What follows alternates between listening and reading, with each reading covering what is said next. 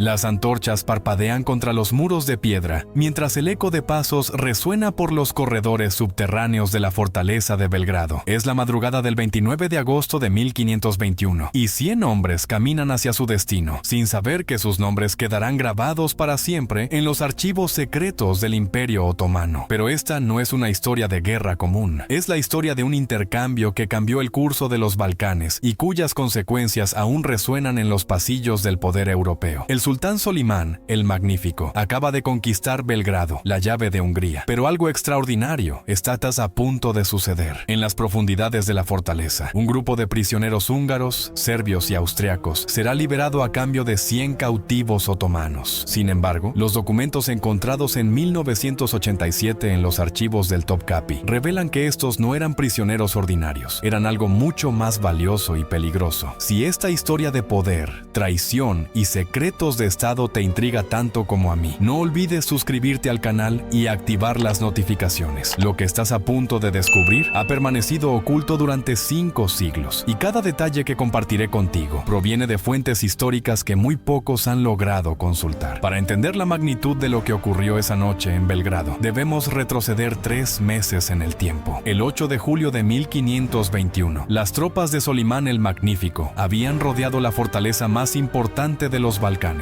Belgrado no era simplemente una ciudad fortificada, era el escudo que protegía el corazón de Europa de las ambiciones otomanas. Durante décadas había resistido asedio tras asedio, pero ahora enfrentaba al sultán más poderoso de la historia otomana. El comandante de la fortaleza, Pal Tomori, sabía que la caída era inevitable, pero lo que los libros de historia nunca han contado es que Tomori había estado preparando algo extraordinario durante meses antes del asedio. En las mazmorras de Belgrado no solo guardaba prisioneros de guerra comunes. Según el manuscrito encriptado del cronista otomano Kemal Paşazade, encontrado en 1934 en una biblioteca privada de Estambul, entre esos cautivos se encontraban individuos que poseían conocimientos que podrían inclinar la balanza del poder en Europa. Hablamos de ingenieros militares que conocían las nuevas técnicas de fortificación italiana, cartógrafos que habían mapeado las rutas comerciales hacia las Indias, alquimistas que experimentaban con pólvora mejorada y, lo más intrigante de todo, un grupo de monjes franciscanos que custodiaba documentos sobre antiguas alianzas secretas entre las casas reales europeas. Estos hombres no eran simples soldados capturados en batalla, eran piezas clave en el complejo ajedrez político de la época. Cuando Solimán finalmente quebró las defensas de Belgrado el 29 de agosto, se encontró con una propuesta inesperada. Tomori, desde su celda de prisionero, le ofreció un intercambio que cambiaría para siempre las reglas del juego en los Balcanes. A cambio de la libertad de sus 100 prisioneros más valiosos, entregaría información sobre las defensas de Viena y Buda, las próximas ciudades en la lista de conquistas otomanas. Pero había algo más en juego. Los archivos desclasificados del Vaticano en 1981 revelan que entre esos 100 prisioneros se encontraba un hombre cuya identidad había sido cuidadosamente ocultada durante el asedio. Se trataba de Marco Dandolo, sobrino del Dux de Venecia, que había llegado a Belgrado bajo identidad falsa, portando documentos que revelaban los planes secretos de la Liga Santa, una alianza militar entre el Papa, el emperador del Sacro Imperio Romano Germánico, y las principales potencias católicas para detener el avance otomano. El dilema de Solimán era fascinante. Por un lado, tenía en sus manos información militar invaluable, que podría facilitar sus futuras conquistas. Por otro, sabía que entre esos prisioneros había hombres cuya liberación podría fortalecer enormemente a sus enemigos. La decisión que tomó esa noche cambió no solo el destino de esos 100 hombres, sino el equilibrio de poder en toda Europa. Los testimonios de los genízaros que estuvieron presentes, compilados en el Kitab i Belgrad, o Libro de Belgrado, un manuscrito que permaneció perdido hasta su descubrimiento en 2003 en una colección privada de Sarajevo, describen una escena extraordinaria. Solimán convocó a su consejo de guerra en el gran salón de la fortaleza recién conquistada. Las antorchas proyectaban sombras danzantes sobre los rostros de los visires, mientras el sultán paseaba entre ellos, evaluando cada palabra de la propuesta de Tomori. Ibrahim Pasha, el gran visir y confidente más cercano del sultán, argumentaba que la información militar valía más que cualquier prisionero. Pero Rustem Pasha, el astuto segundo visir, veía las implicaciones a largo plazo. Si liberaban a esos hombres, especialmente al veneciano Dandolo, estarían entregando a Europa no solo espías entrenados, sino también testigos directos de las tácticas, debilidades y planes otomanos. La tensión en el salón era palpable. culpable. Según el relato del cronista, Solimán permaneció en silencio durante casi una hora, estudiando los pergaminos que contenían los nombres y oficios de cada prisionero. No era una decisión militar ordinaria, era una apuesta geopolítica que determinaría si el Imperio Otomano continuaría su expansión hacia el corazón de Europa, o si por primera vez daría un paso atrás por consideraciones estratégicas. Si estás disfrutando esta revelación histórica tanto como yo disfruté investigarla, ayúdame a llegar a más personas compartiendo este video. Cada intercambio que realizas me ayuda a continuar desenterrando estos secretos que las academias tradicionales han preferido mantener en silencio. La decisión final de Solimán sorprendió incluso a sus consejeros más cercanos. En lugar de un intercambio simple, propuso algo inédito en la diplomacia de la época, un intercambio selectivo y escalonado que se extendería durante 3 meses. Los primeros 30 prisioneros serían liberados inmediatamente a cambio de la información sobre las defensas de Buda. Los siguientes 30 serían intercambiados por mapas detallados de las fortificaciones vienesas. Los últimos 40, incluyendo al misterioso Marco Dandolo, solo serían liberados cuando Solimán tuviera en sus manos algo mucho más valioso que información militar: los documentos secretos de la Liga Santa. Esta estrategia revela la mente brillante de Solimán. No solo aseguraba un flujo constante de información crucial para sus próximas campañas, sino que también mantenía a sus enemigos en constante incertidumbre. Europa no sabría cuándo ni cómo serían liberados sus hombres más valiosos, lo que generaría tensiones internas entre los aliados cristianos. El primer grupo de 30 prisioneros fue liberado el 15 de septiembre de 1521. Entre ellos se encontraba Johann Hunyadi, un ingeniero militar húngaro que había supervisado las mejoras en las fortificaciones de Buda durante los 2 años anteriores al asedio de Belgrado. También fue liberado Fra Angelo da Verona, un monje franciscano que portaba correspondencia secreta entre el Papa León Domies y el emperador Carlos V sobre los preparativos para una nueva cruzada. Pero lo que más intrigó a los historiadores modernos fue la inclusión en este primer grupo de un hombre identificado solo como el cartógrafo griego. Los registros otomanos lo describen como un anciano de 70 años que había trabajado durante décadas en la corte bizantina antes de la caída de Constantinopla. Según las crónicas, este hombre poseía mapas únicos de las rutas comerciales terrestres hacia Asia, información que podría haber revolucionado el comercio otomano si hubiera permanecido en manos del sultán. La liberación de estos 30 hombres causó revuelo en las cortes europeas. Cuando llegaron a Buda, trajeron consigo no solo información sobre las intenciones otomanas, sino también testimonios directos sobre la organización militar, las tácticas de asedio y, más importante aún, sobre las divisiones internas en el Consejo de Guerra de Solimán. Por primera vez, Europa tenía espías que habían estado en el corazón mismo del poder otomano. El segundo intercambio, programado para mediados de octubre, se complicó de manera inesperada. Los mapas de Viena que Tomori había prometido resultaron ser deliberadamente inexactos. El comandante húngaro, desde su cautiverio, había logrado engañar a sus captores proporcionándoles información militar falsa. Cuando Solimán descubrió el engaño, su reacción fue devastadora para los prisioneros restantes. En lugar de cancelar el intercambio, el sultán decidió convertir la situación en una lección para futuros negociadores. Liberó a los siguientes 30 prisioneros como había prometido, pero no antes de permitir que cada uno de ellos fuera testigo de la ejecución pública de Pál Tomori en la plaza central de Belgrado. El mensaje era claro: el Imperio Otomano cumplía sus acuerdos, pero la traición tenía consecuencias mortales. Entre los prisioneros del segundo grupo se encontraba una figura particularmente enigmática: Dimitri Cantacusenos, descendiente de la antigua familia imperial bizantina. Los documentos sugieren que Cantacusenos no había estado en Belgrado como prisionero de guerra, sino como emisario secreto del patriarca ortodoxo de Constantinopla, enviado para negociar la protección de las comunidades cristianas ortodoxas bajo dominio otomano. Su liberación generó ondas de choque en Moscú, donde el zar Vasili III había estado considerando una alianza con Europa occidental contra los otomanos. La presencia de un representante ortodoxo en las negociaciones de Belgrado sugería que el Imperio Otomano estaba construyendo alianzas alternativas que podrían aislar a Rusia de los asuntos balcánicos. Para noviembre de 1521, Europa entera esperaba ansiosamente el tercer y final intercambio. Los 40 prisioneros restantes incluían a los más valiosos de todos: Marco Dandolo, 3 ingenieros militares alemanes que habían trabajado en las fortificaciones de Malta, un médico judío que había servido en la corte papal y tenía acceso a correspondencia diplomática secreta, y lo más intrigante de todo, un grupo de 12 mercaderes genoveses que controlaban las rutas comerciales relaciones entre Europa y Asia Menor. Pero Solimán había añadido una condición final que no había revelado anteriormente. Para la liberación de estos últimos 40 hombres, no solo exigía los documentos de la Liga Santa, sino también algo que nadie había anticipado: la entrega de los planos arquitectónicos de las nuevas fortificaciones que se estaban construyendo en Malta bajo la supervisión de los caballeros hospitalarios. Esta demanda reveló la verdadera dimensión de la visión estratégica de Solimán. Malta no era solo una isla fortificada en el Mediterráneo, era la clave que controlaba las rutas marítimas entre Europa y África, y por tanto, fundamental para los planes de expansión naval otomana. Al exigir estos planos, Solimán estaba planificando no solo sus próximas conquistas terrestres, sino también el dominio completo del Mediterráneo. La respuesta europea fue dividida. El emperador Carlos V se negó rotundamente a entregar información sobre Malta, argumentando que hacerlo sería traicionar a toda la cristiandad. El Papa León X, por su parte, estaba dispuesto a negociar, especialmente para recuperar a Marco Dandolo, cuya familia tenía conexiones financieras cruciales con los estados papales. Esta división interna europea fue exactamente lo que Solimán había calculado. Mientras las potencias cristianas debatían entre ellas, el sultán utilizó el tiempo para consolidar sus conquistas en los Balcanes y preparar su próxima campaña hacia Hungría. Los 40 prisioneros restantes se convirtieron en peones en un juego diplomático que se extendería durante meses. Si estos giros y revelaciones te están manteniendo al borde de tu asiento, imagina lo que sentiré al descubrir cada nuevo documento en mis investigaciones. Dale like a este video para apoyar mi trabajo y asegurar que pueda continuar trayendo estas historias ocultas a la luz. En diciembre de 1521 ocurrió algo completamente inesperado que cambió toda la dinámica del intercambio. Marco Dandolo logró escapar de su prisión en Belgrado durante una tormenta de nieve particularmente intensa. Los detalles de su fuga, registrados en un informe secreto del bailo veneciano en Constantinopla, sugieren que tuvo ayuda interna. Alguien dentro del aparato administrativo otomano había facilitado su escape, pero la identidad de este colaborador nunca fue revelada. La fuga de Dandolo puso a Solimán en una posición extremadamente delicada. Por un lado, había perdido a su prisionero más valioso sin recibir nada a cambio. Por otro, la fuga sugería la existencia de una red de espionaje europea operando dentro de sus propios territorios. La respuesta del sultán fue rápida y despiadada. Ordenó una investigación exhaustiva que resultó en la ejecución de 30 funcionarios otomanos sospechosos de complicidad. Pero la historia no terminó ahí. Los documentos venecianos revelan que Dandolo no regresó directamente a Venecia después de su escape. En cambio, permaneció oculto en los monasterios ortodoxos de Serbia durante 3 meses, tiempo durante el cual recopiló información detallada sobre las rutas de abastecimiento otomanas y los movimientos de tropas en los Balcanes. Esta información resultó crucial para la resistencia húngara en 1526. Cuando Solimán lanzó su gran ofensiva hacia Buda y posteriormente hacia Viena, se encontró con una resistencia mejor organizada y más informada de lo que había anticipado. Los datos proporcionados por Dandolo permitieron a los defensores húngaros evacuar recursos clave y establecer líneas de defensa en los puntos más vulnerables de las rutas de invasión otomanas. Mientras tanto, los 39 prisioneros restantes en Belgrado se convirtieron en testigos involuntarios de la paranoia que se apoderó de la administración otomana tras la fuga de Dandolo. Las purgas internas debilitaron significativamente la eficiencia del gobierno provincial otomano en los Balcanes, creando oportunidades que los espías europeos no tardaron en explotar. En febrero de 1522, casi 6 meses después de la caída de Belgrado, Solimán finalmente recibió lo que había estado esperando: una copia parcial de los documentos de la Liga Santa, entregada por emisarios papales que esperaban asegurar la liberación de los prisioneros restantes. Sin embargo, estos documentos resultaron ser una versión editada que omitía información crucial sobre el financiamiento de la alianza anti-otomana y los planes específicos para la defensa de Rodas. La decisión final de Solimán sobre el destino de los últimos 39 prisioneros reveló tanto su genio político como su capacidad para la magnanimidad calculada. En lugar de mantenerlos indefinidamente como rehenes o ejecutarlos en represalia por el escape de Dandolo, optó por una liberación gradual que se extendería durante todo el año 1522. Cada mes, 3 o 4 prisioneros serían liberados, pero no antes de ser sometidos a extensas entrevistas por parte de los cronistas otomanos. Estas entrevistas, cuyos registros fueron descubiertos en 1972 en los archivos del Palacio de Edirne, constituyen una de las fuentes más valiosas para comprender la mentalidad europea de la época y las percepciones sobre el Imperio Otomano. Los testimonios de estos hombres militares revelan aspectos fascinantes de su cautiverio. Contrario a las expectativas europeas, fueron tratados no como prisioneros comunes, sino como huéspedes forzosos de alto rango. Tenían acceso a bibliotecas, podían participar en discusiones teológicas con eruditos musulmanes, y algunos incluso fueron invitados a presenciar ceremonias de la corte otomana. Esta experiencia cambió profundamente a muchos de ellos. Johannes Werther, un ingeniero alemán liberado en abril de 1522, escribió posteriormente un tratado sobre arquitectura militar que incorporaba técnicas otomanas, revolucionando las fortificaciones en el Sacro Imperio Romano Germánico. Fra Giuseppe da Milano, liberado en junio, se convirtió en uno de los primeros europeos en escribir extensamente sobre las prácticas administrativas otomanas, proporcionando a Europa una comprensión mucho más sofisticada de cómo funcionaba realmente el imperio que consideraba su principal enemigo. Pero quizás el caso más intrigante fue el de Yusuf ibn Dawud, un médico judío originario de Salónica que había sido capturado mientras servía como emisario papal. Durante su cautiverio, tuvo acceso directo a la biblioteca médica del Palacio de Belgrado y pudo estudiar textos árabes y persas sobre medicina que eran desconocidos en Europa. Cuando fue liberado en agosto de 1522, llevó consigo conocimientos que contribuirían significativamente al renacimiento médico europeo del siglo XVI.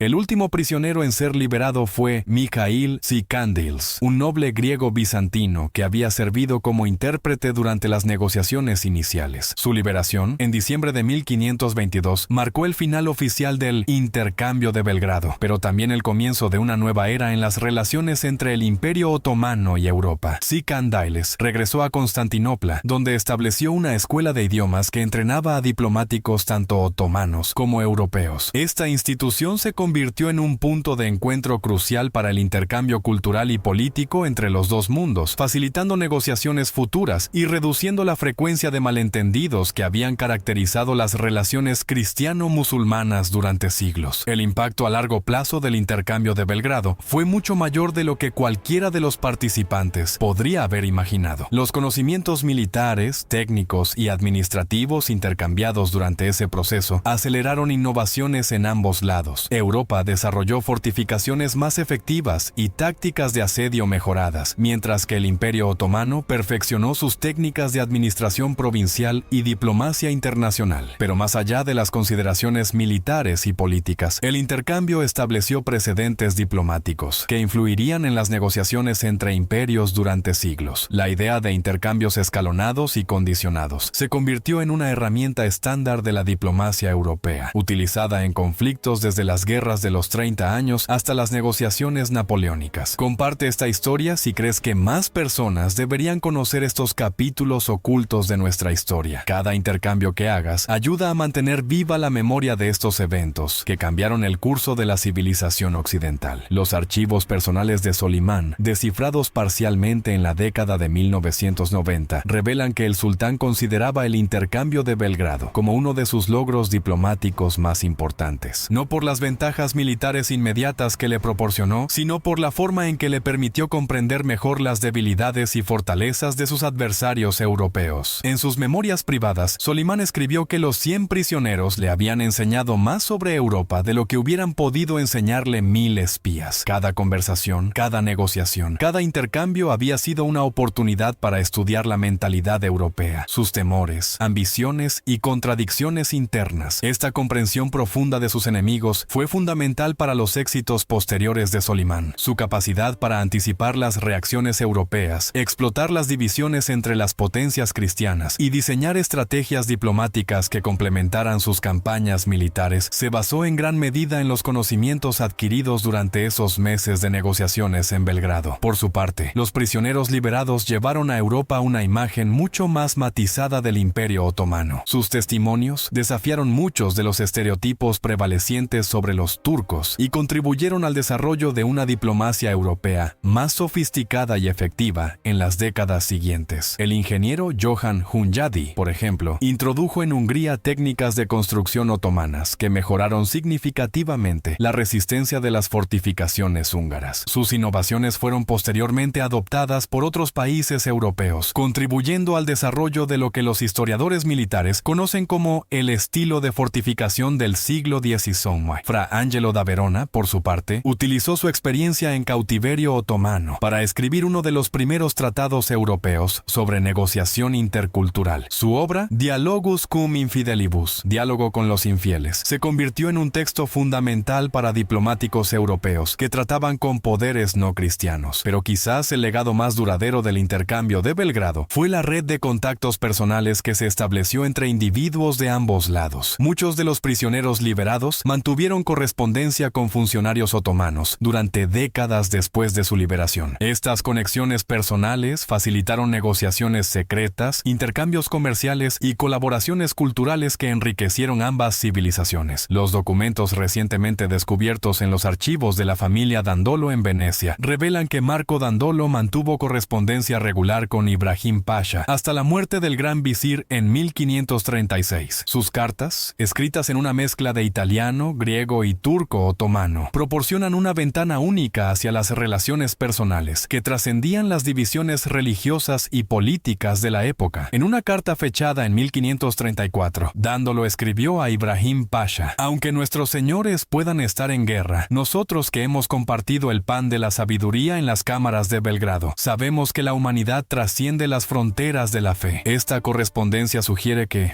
para algunos de los participantes en el intercambio, la experiencia había creado vínculos que iban más allá de las consideraciones políticas inmediatas. El análisis moderno de los eventos de Belgrado ha llevado a muchos historiadores a reconsiderar la naturaleza de las relaciones otomano-europeas en el siglo XVI. Lejos de ser simplemente una confrontación entre la cristiandad y el islam, el período aparece ahora como una era de intercambios complejos y multifacéticos que moldearon el desarrollo de ambas civilizaciones. La tecnología militar, las técnicas administrativas, los conocimientos científicos y las prácticas diplomáticas fluyeron en ambas direcciones, creando un sistema de intercambio cultural que persistió incluso durante los periodos de conflicto más intenso. El intercambio de Belgrado fue tanto un producto de esta dinámica como un catalizador que la aceleró. No te pierdas el próximo video donde revelaré documentos aún más sorprendentes sobre las consecuencias a largo plazo de este intercambio. Suscríbete ahora y activa las notificaciones para ser el primero en descubrir estos secretos históricos que continúan saliendo a la luz. Los efectos del intercambio se extendieron mucho más allá de los Balcanes y el Mediterráneo oriental. Cuando Carlos V se enfrentó a Solimán en el asedio de Viena en 1529, utilizó información y tácticas desarrolladas directamente a partir de los testimonios de los prisioneros liberados. La resistencia exitosa de Viena, que marcó el punto más alto de la expansión otomana en Europa, se basó en parte en los conocimientos adquiridos durante las negociaciones de Belgrado. Similarmente, cuando los otomanos sitiaron Malta en 1565, los caballeros hospitalarios emplearon estrategias defensivas que habían sido perfeccionadas, utilizando información sobre tácticas de asedio otomanas, proporcionada por los ingenieros alemanes liberados 4 décadas antes. La resistencia exitosa de Malta fue otro momento decisivo en la contención de la expansión otomana, y sus raíces pueden rastrearse hasta las lecciones aprendidas en Belgrado. La influencia del intercambio también se extendió al ámbito cultural e intelectual. La información sobre bibliotecas otomanas, prácticas educativas y tradiciones académicas llevada a Europa por los prisioneros liberados contribuyó al creciente interés europeo en los textos árabes y persas. Esto aceleró la traducción de obras científicas y filosóficas musulmanas, enriqueciendo el Renacimiento europeo con conocimientos que habían permanecido inaccesibles durante siglos. En el lado otomano, las descripciones detalladas de las universidades europeas, las prácticas comerciales y los avances técnicos proporcionadas por los prisioneros influyeron en las reformas educativas y administrativas implementadas por Solimán en la década de 1530. El establecimiento de nuevas madrasas con currículos ampliados y la modernización de la administración provincial otomana reflejaron, en parte, las lecciones aprendidas sobre organización europea durante el intercambio. Uno de los aspectos más fascinantes del intercambio de Belgrado fue cómo desafió las percepciones mutuas entre cristianos y musulmanes. Los testimonios de los prisioneros liberados, compilados en diversos archivos europeos, revelan una imagen del Imperio Otomano que contradecía muchas de las creencias prevalecientes en Europa. Johannes Werther, el ingeniero alemán, escribió extensamente sobre la tolerancia religiosa que había observado en territorio otomano, notando que los turcos permiten a cada hombre adorar según su conciencia, mientras que en nuestras tierras cristianas los hombres se matan por diferencias doctrinales menores. Estas observaciones contribuyeron a un debate más amplio estudio sobre tolerancia religiosa que influiría en el desarrollo del pensamiento político europeo posterior. Fra Giuseppe da Milano, por su parte, quedó impresionado por la eficiencia de la administración otomana, escribiendo que estos infieles han creado un sistema de gobierno más justo y eficiente que muchos principados cristianos. Sus observaciones sobre meritocracia otomana y administración centralizada fueron estudiadas por reformadores europeos durante generaciones. El impacto económico del intercambio también fue significativo. Los mercaderes genoveses liberados llevaron consigo información detallada sobre rutas comerciales otomanas, técnicas de banca islámicas y oportunidades de inversión en territorio otomano. Esta información facilitó el establecimiento de nuevas redes comerciales que conectaron Europa y Asia de maneras más eficientes. Paradójicamente, mientras Europa y el Imperio Otomano continuaban enfrentándose militarmente, los intercambios comerciales facilitados por las conexiones establecidas en Belgrado crecieron exponentially. Venecia, en particular, se benefició enormemente de las redes establecidas por Marco Dandolo durante y después de su cautiverio. Los registros comerciales venecianos muestran que el volumen de comercio con el Imperio Otomano se triplicó entre 1525 y 1550, en gran parte debido a las conexiones personales y el conocimiento del mercado otomano adquirido durante el intercambio. Este crecimiento comercial proporcionó a Venecia recursos que utilizaría para financiar futuras alianzas antiotomanas, creando una ironía histórica donde el comercio facilitado por el intercambio de prisioneros ultimately fortaleció la resistencia europea contra la expansión otomana. El intercambio de Belgrado también estableció precedentes importantes para el tratamiento de prisioneros de alto rango en conflictos posteriores. La práctica de utilizar cautivos prominentes como fuentes de información y herramientas diplomáticas se extendió por toda Europa, influenciando el desarrollo del derecho internacional y las convenciones sobre el tratamiento de prisioneros de guerra. Los juristas del siglo XVI frecuentemente citaban el intercambio de Belgrado como un ejemplo de diplomacia civilizada entre poderes enemigos. Ugo Grosio, en su obra fundamental De Jure Belli ac Pacis, hace referencia específica a las negociaciones de Solimán como un modelo de cómo incluso los adversarios más determinados pueden encontrar terreno común para acuerdos mutuamente beneficiosos. Esta influencia en el desarrollo del derecho internacional no puede subestimarse. Los principios establecidos durante las negociaciones de Belgrado contribuyeron a la codificación gradual de reglas sobre diplomacia, tratamiento de prisioneros y negociación entre poderes soberanos que persisten hasta la actualidad. Sin embargo, no todos los aspectos del intercambio tuvieron consecuencias positivas. La información militar intercambiada aceleró una carrera armamentística entre Europa y el Imperio Otomano, que consumió enormes recursos en ambos lados. Los avances en tecnología de asedio y fortificación made possible por el intercambio de conocimientos llevaron a conflictos más destructivos y costosos. La paranoia mutua también se intensificó. Si bien el intercambio facilitó el entendimiento cultural en algunos aspectos, también reveló a cada lado las capacidades y ambiciones del otro, de manera que aumentó los temores existenciales. Europa se dio cuenta de la sofisticación y eficiencia del aparato estatal otomano, mientras que el Imperio Otomano comprendió better el potencial de coordinación y recursos de las potencias europeas. Esta mayor conciencia mutua contributing to what historians now recognize as the equilibrium of fear that characterized Ottoman-European relations for the remainder of the 16th century. Neither side felt secure enough to cease military preparations, leading to a sustained period of high military expenditure and constant readiness for war. Llegando al final de esta extraordinaria historia, debemos preguntarnos, ¿qué significó realmente el intercambio de Belgrado para el curso de la historia mundial? Los 100 prisioneros que caminaron por los corredores de la fortaleza en agosto de 1521 no eran simplemente individuos atrapados en las vicisitudes de la guerra. Eran portadores de conocimientos, ideas y conexiones que transformarían las relaciones entre las dos civilizaciones más poderosas de su época. El genio de Solimán no residió únicamente en su capacidad militar, sino en su comprensión de que la información y el entendimiento cultural eran armas tan poderosas como los cañones y los genízaros. Al orquestar un intercambio que benefició a ambas partes, mientras servía a sus intereses estratégicos, demostró una sofisticación diplomática que sus contemporáneos europeos apenas comenzaban a desarrollar. Los prisioneros liberados, por su parte, se convirtieron en puentes involuntarios entre mundos que se percibían como irreconciliablemente opuestos. Sus experiencias desafiaron estereotipos, facilitaron intercambios culturales y establecieron precedentes lecciones que influirían en las relaciones internacionales durante siglos. Pero quizás la lección más profunda del intercambio de Belgrado es que incluso en los momentos de mayor conflicto, existe espacio para el entendimiento mutuo y el intercambio beneficioso. Los 100 prisioneros que cambiaron el destino del Imperio Otomano nos recuerdan que la historia no está determinada únicamente por las batallas ganadas o perdidas, sino también por los momentos de humanidad compartida y sabiduría intercambiada que ocurren entre los conflictos. ¿Podrían los líderes de hoy aprender algo de la sabiduría diplomática de Solimán el Magnífico, quien convirtió una victoria militar en una oportunidad para el entendimiento intercultural? ¿O estamos condenados a repetir los errores de aquellos que vieron únicamente enemigos donde podrían haber encontrado oportunidades para la colaboración mutua? La respuesta a estas preguntas, como los ecos de aquellos pasos en los corredores de Belgrado, sigue resonando en los pasillos del poder moderno, esperando que alguien tenga la sabiduría para escucharla.